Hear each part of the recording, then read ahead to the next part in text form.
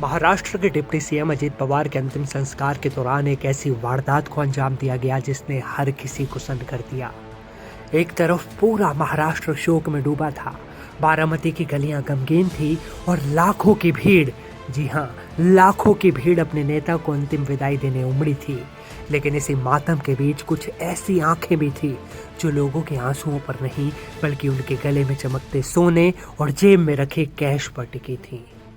हम बात कर रहे हैं उस सनसनीखेज चोरी की जहां भीड़ का फायदा उठाकर लाखों के गहने, जी हां, लाखों के गहने उड़ा लिए गए, पार कर दिए गए। सबसे पहले ये जान लीजिए कि आखिर हुआ क्या था।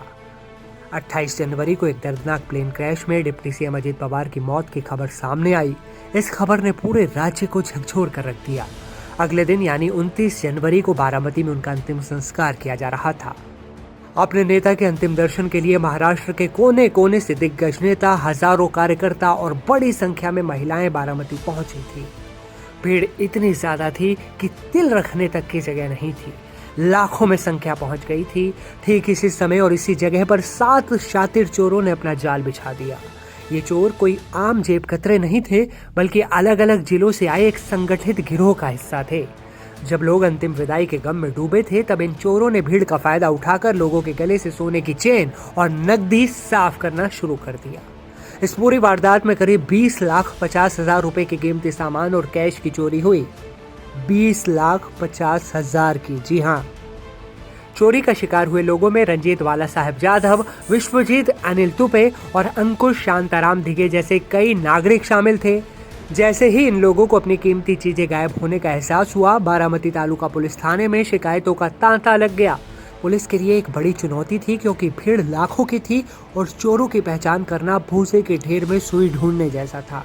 लेकिन पुलिस ने हार नहीं मानी। पुलिस अधीक्षक संदीप गिल और उनकी टीम ने तकनीकी और गोपनीय जानकारी के आधार पर अपनी जांच की दिशा तय की।